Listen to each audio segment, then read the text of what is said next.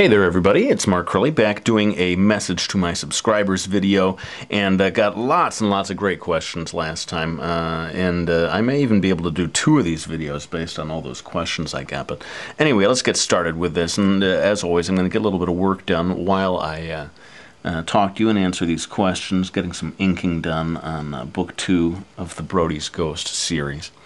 And let's start with the first question. It says, and this one comes from Genius JAS 887. Do you speak Chinese, and where are you from? Well, I grew up in Detroit, Michigan, and I did live in Taiwan for a couple of years after college and studied Chinese to the best of my abilities. But you know, do I still speak it right now? I'm let's see, I'll try. It's been a long time since I tried to say anything in Chinese, but here we go. 我以前比较会讲中文，最近都没有什么机会练习，结果忘记很多。Hope I got that right. The tones are the tricky thing with Chinese. If you get the tones wrong, you're not really speaking Chinese. But what I tried to say there was that I used to be able to speak Chinese, but I don't have so many chances to practice these days, so I have forgotten a lot. Those of you who speak Chinese, you can tell me whether I did that all right or intelligibly or whatever. So let's go on to the next question here, and it is, let's see. Do you do all your inking and toning yourself, or do you sometimes have help from someone else, like an assistant or your wife?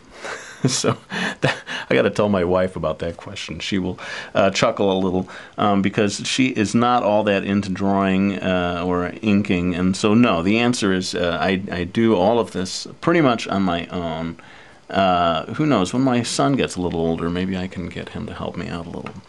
But so far, yeah, it's just me, and that's why it's hard for me to do so many books really fast. You know, I mean, with you notice with manga that you have these quite thick books coming out fairly frequently. I mean, it may not seem frequently to you when you're really waiting for it, but you know, hundreds of pages.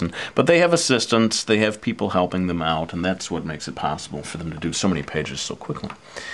So let's move on to question number 3. Knight Rider 043. And I should say that last question about the do you do all the inking yourself, that was from Mikadia or Mikadia, just to attribute that one. But this question is from Knight Rider 043. Who decides the length of your books, you or Dark Horse?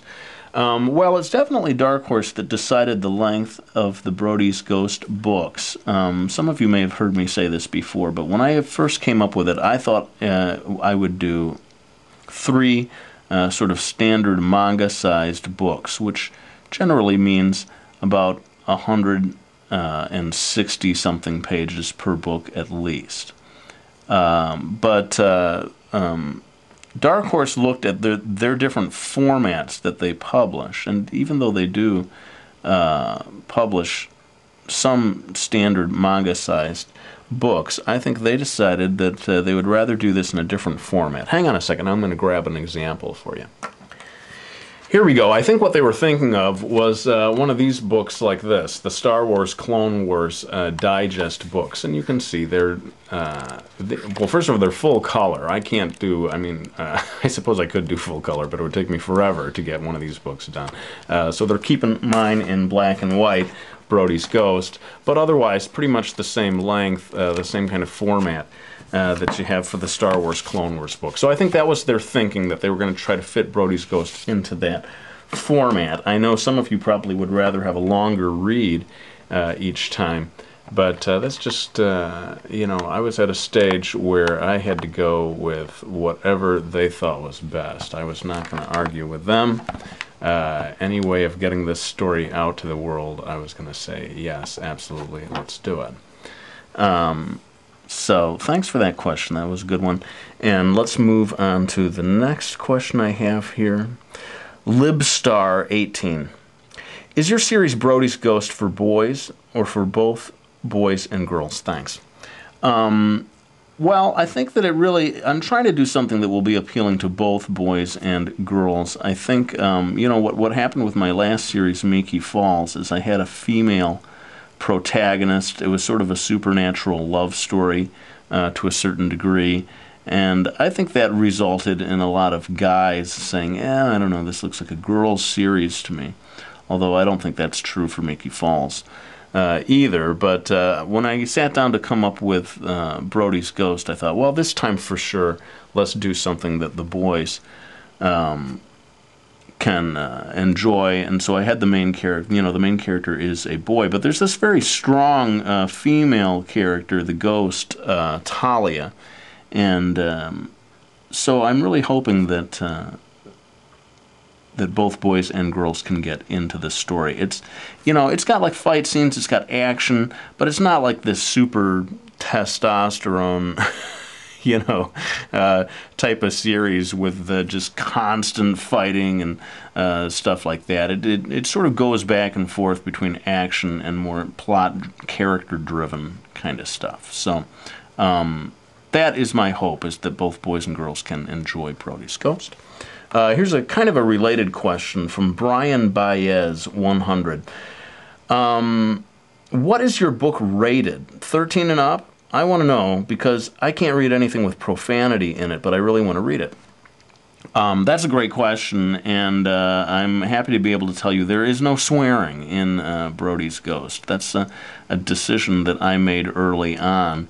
I know some of you out there want a book to have swearing in it. It makes it more realistic, I suppose, in a lot of ways. But one thing you got to know about me is that part of how I make a living is by speaking at schools, including elementary schools. And I knew that if I did a story that had a lot of swearing in it, or a lot of violence with blood or mature audience type of content, that was going to result in schools not being able to have my books in the school library. And then also, maybe feeling that they can't bring me in as a speaker anymore, which was really going to get me in trouble in terms of providing for my family. So, for a variety of reasons, I decided early on that I would try my best to keep this series open to both boys and girls. So, those of you who read the series and you're like, boy, there's no swearing, or he gets hit in the face and there's no blood, try to understand the reason why I'm making those decisions, and use your imagination, I suppose, is all I can say in terms of if you wish there was blood in the series, maybe you can imagine. Imagine blood flying through the air as someone gets hit in the face, but you're not going to actually see that in my series, sadly. Maybe someday I can do more of a grown-up type of story, but for now I'm trying to keep things within the all-ages realm. Let's see, I think I have maybe one last question, and that is, what do you believe is the best way to break into the industry with your own idea? And that question came up a lot.